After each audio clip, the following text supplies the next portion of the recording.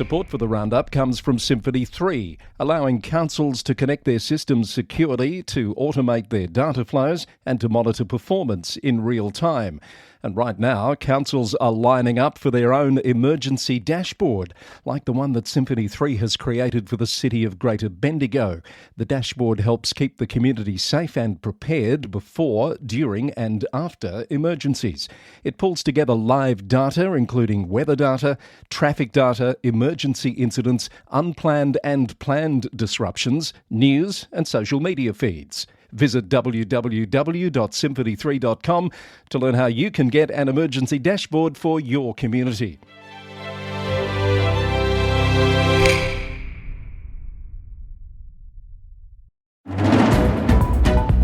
Coming up, Victorian Councils press their advocacy priorities, with hooning, road conditions and police numbers among the demands. A governance emergency in New South Wales has councils scrambling to roll back new meeting rules. A new CEO appointed to run 2 Tasmanian councils. In WA, a commissioner appointed to Carnarvon Shire and a council CEO calls time. And a $400 million housing incentive fund announced for New Zealand councils.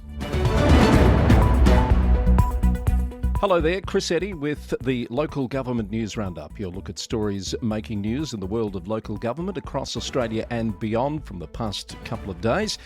Our podcast is brought to you with the support of our founding sponsor, the Victorian Local Governance Association, the national broadcaster on all things local government. With support from Symphony 3, simple connected customer experiences, and from Rath Engineering Development, smarter local government systems built from real on-the-ground experience.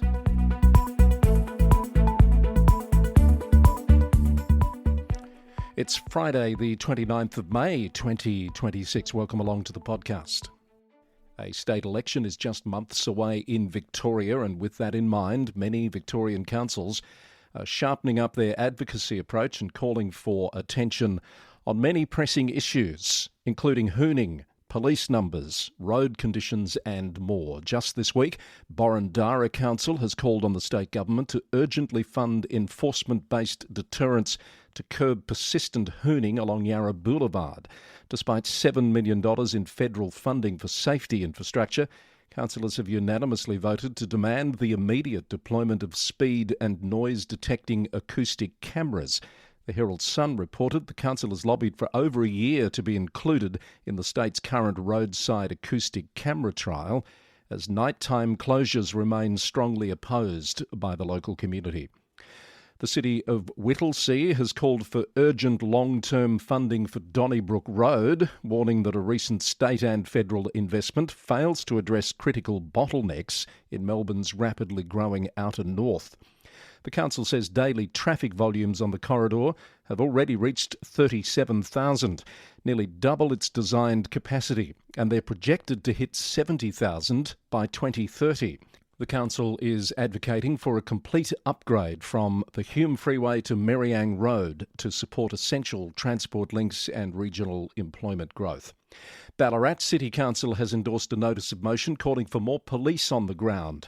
Councillor Ted Lapkin wants the council to write to the Victorian Premier and Police Minister, seeking an extra 21 officers to match Ballarat's population growth, taking the total to 163.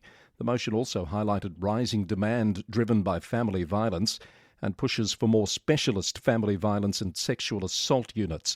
A letter will now be sent to the state government. Loddon Shire Council is calling on the state government for $9.5 million in emergency funding. The council warns that flood damage to the Skinners Flat Reservoir is threatening the structural integrity of the dam and risking the safety of the nearby Wedderburn Township. As reported by the Herald Sun, councillors are voting on a funding priority list, highlighting the mounting pressure that rural councils face from inflation and cost shifting.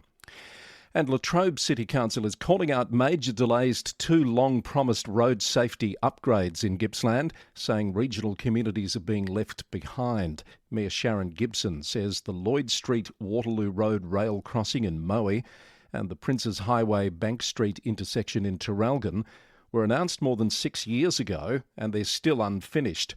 The Mayor warns the longer the works drag on, the greater the risk of serious accidents.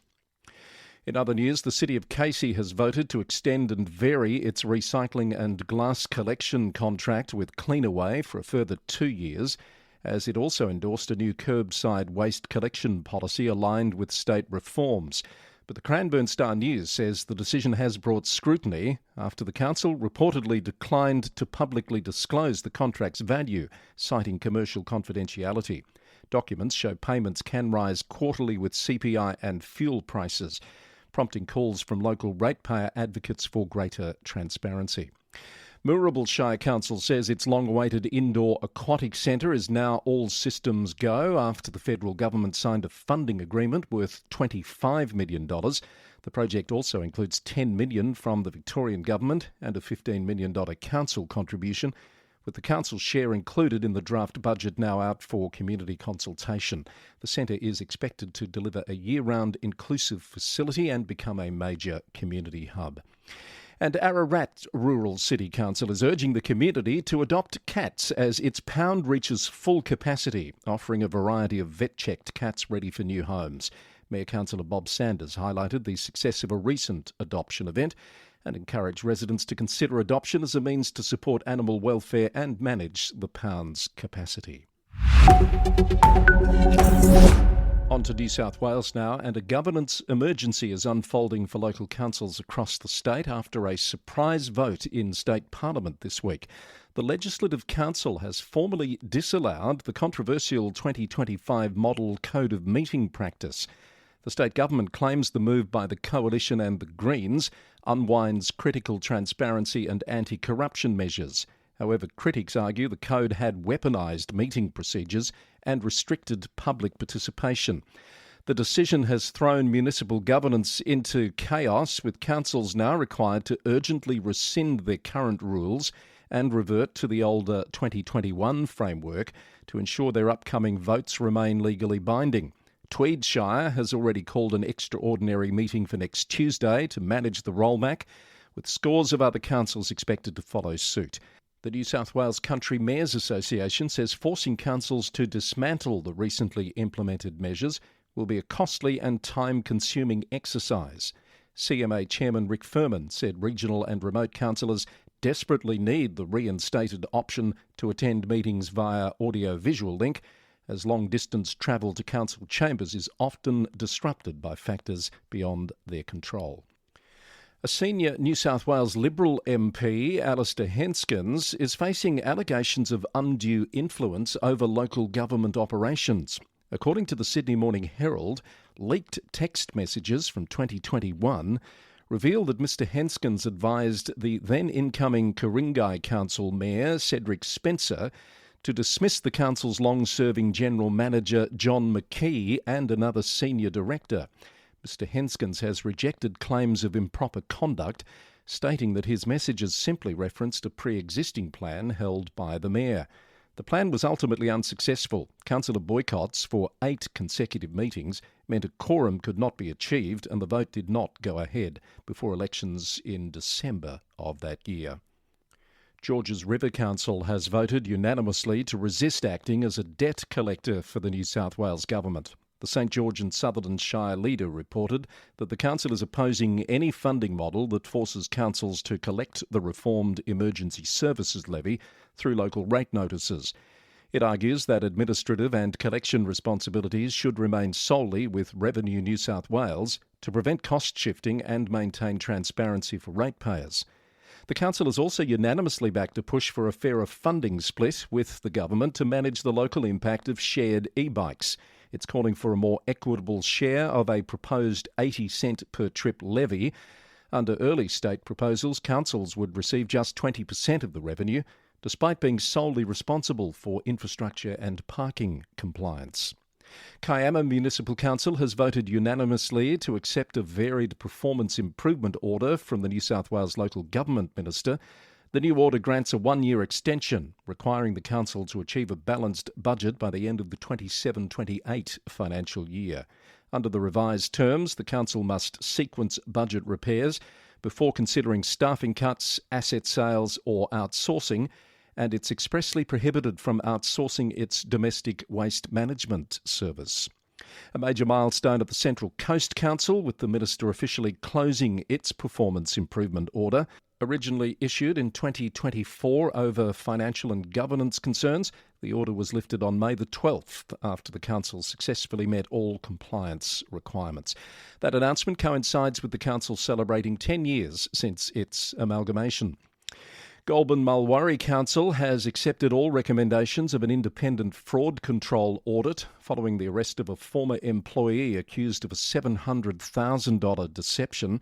The Goulburn Post reported that while internal frameworks were deemed generally fit for purpose, the local authority will now introduce dedicated e-learning modules and formalised internal investigation procedures to strengthen oversight and protect public funds.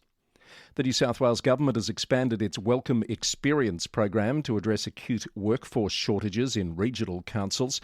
More than 90% of local authorities currently report critical skills gaps, with many confirming that project delivery has been directly impacted.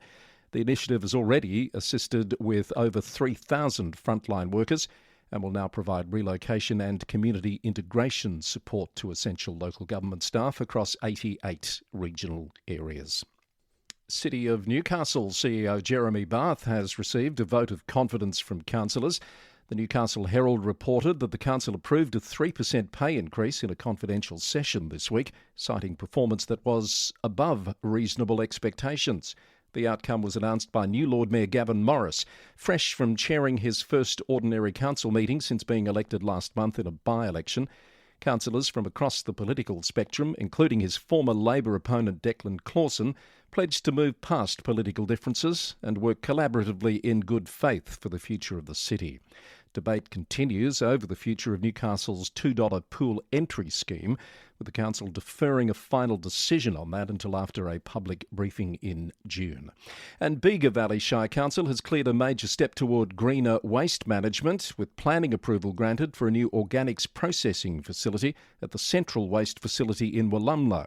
The plant is expected to handle up to 15,000 tonnes of food and garden waste a year. Construction will begin soon, with operations slated for the second half of next year. Let's head around the rest of the country up to Queensland, where Somerset Regional Council has announced it will formally contest elements of SEQ Water's proposed multi-million-dollar Somerset Dam upgrade.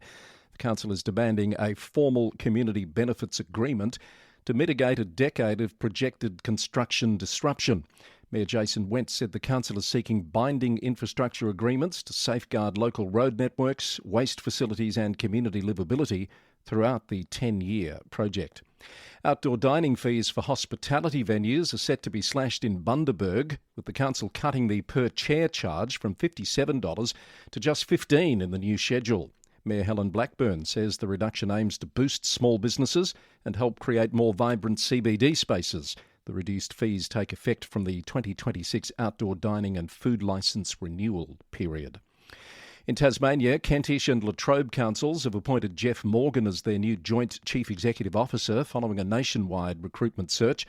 Mr Morgan brings extensive local government experience from Victoria and New South Wales. He'll begin a 5-year contract in July. He joins the shared leadership role from the University of Tasmania, replacing Jason Brown, who resigned earlier this year. The Meander Valley Council is calling for urgent community consultation following a state government decision to repurpose the Ashley Youth Detention Centre. The site is slated to become a minimum security adult prison focused on agricultural training. While the council welcomed the potential for local job creation, it expressed disappointment that promised consultation with local government and residents did not take place prior to the announcement. The council is now seeking formal meetings to address community concerns and worker transitions. And West Tamar Council has become the first local government in the state to utilise artificial intelligence to shape its long-term strategic planning. As Pulse Tasmania reported, the technology was deployed as a second brain to scan and synthesise vast volumes of community feedback and government planning documents for the draft 10-year roadmap. Council officials have emphasised that whilst AI performed the data analysis, all final decision-making and strategic drafting remained entirely in human hands. And across to WA, where the local government minister Hannah Beasley has appointed former Upper House MP Martin Aldridge as Commissioner for the Shire of Carnarvon. He'll take over the role of council after the Shire lost quorum following the resignation of the Shire President and 5 councillors earlier this year. Mr Aldridge has more than 20 years leadership experience, most recently in Port Hedland. He'll remain Commissioner until a new council is elected in December. The Shire has welcomed the appointment. Chief Executive Officer Amanda Dexter said it represents a critical opportunity to reset and refocus, ensuring stability and continuity for major community and tourism projects in Carnarvon and Coral Bay. The Shire of Cranbrook is searching for a new chief executive after Linda Gray announced she'll step down, finishing in September. A recruitment panel led by Shire President Perrin Mulcahy has been formed, with logo appointments assisting the process. The City of Perth Council has voted down proposed policy changes that would have granted elected members additional travel and accommodation perks. WA Today reported the decision follows a formal intervention by the local government inspector, who recently placed the council on notice during an ongoing probe into more than a dozen governance complaints. Council administration had strongly advised against the extra entitlements, warning they represented poor governance and introduced unnecessary financial risk. And the Shire of Harvey, southwest of Perth, is officially making a bid to become Western Australia's newest city. Councillors this week agreed to apply to the Minister for Local Government for official city status. Officers confirmed the region easily meets all the criteria, exceeding the required population threshold by more than 10,000. If approved, the region will be officially renamed the City of Harvey. And now for some overseas news. A new $400 million incentive fund has been unveiled to reward New Zealand councils that fast-track housing growth. Announced in the federal budget, the contingency fund will pay cash bonuses directly to local authorities as they issue residential building consents. The tiered system allows councils to unlock higher payments if they expand their local housing stock by more than 2% in 1 year. Local Government New Zealand has welcomed the move, saying it helps offset the massive infrastructure costs of roads and community spaces that usually stall local development. In the UK, the central government has launched a strict crackdown on risky council investments, activating tough new early warning powers to block local authorities from racking up excessive debt. Local government lawyer reported the move is in response to high-profile financial collapses in councils like Woking and Thurrock. Ministers say the oversight comes alongside a promised multi-year funding settlement designed to restore long-term stability across the sector. Meanwhile, independent legal advice has revealed that a judicial review into Hampshire's local government reorganisation would fail. Local government lawyer reported that New Forest District Council was advised the Secretary of State's decision to split the district into 2 unitaries contains no material errors of law. Despite a 14,000 signature petition opposing the split, the Cabinet has been recommended to focus on transition arrangements rather than pursuing a formal challenge. However, Hampshire County Council still intends to move forward with its own legal action. In the US, the Mayor of New York City, Zoran Mamdani, has announced the appointment of a new Charter Revision Commission. The Commission on Government Efficiency will be chaired by a former diplomat and has been tasked with reviewing the city's entire charter to modernise services, streamline infrastructure delivery and reform budgetary practices. 10 public hearings will be held across the 5 boroughs before final proposals are placed on the ballot for voters in November. And to Canada, where Calgary City Council is debating whether to rescind its 2021 climate emergency declaration. 2 motions brought forward by councillors argue the policy is largely symbolic and lacks measurable benefits, while committing the municipality to significant long-term expenditures. If approved, the city will remove all references to the declaration from its official communication and launch an audit into climate-related spending across all departments. CTV News reported that Calgary's broader environmental spending is projected to exceed $214 million this year. And Ontario's legislature has passed Bill 9, the Municipal Accountability Act, by an overwhelming vote of 110 to 1. CBC News reported that the new legislation standardises codes of conduct for councillors and establishes a mechanism to remove councillors for serious misconduct. However, critics have flagged concerns over a clause requiring a unanimous council vote to finalise any disqualification. The law is expected to take effect ahead of October's municipal elections. And that's our Friday edition of the Local Government News Roundup. This was number 588, recorded on Friday the 29th of May 2026. You can find out more about the stories in today's episode by heading to lgnewsroundup.com. There you'll find a transcript with all the story links, as well as breaking news between regular episodes of the podcast. The show is brought to you by the Victorian Local Governance Association, our founding sponsor and the national broadcaster on all things local government, with a new episode of VLGA Connect out today on YouTube. Support also comes from Symphony 3, simple connected customer experiences, and Rath Engineering Development, smarter local government systems built from real on-the-ground experience. The Local Government News Roundup is recorded in the city of Greater Geelong, Victoria, on the land of the Wadawurrung people of the Kulin Nation. Until next time, thanks for listening and bye for now.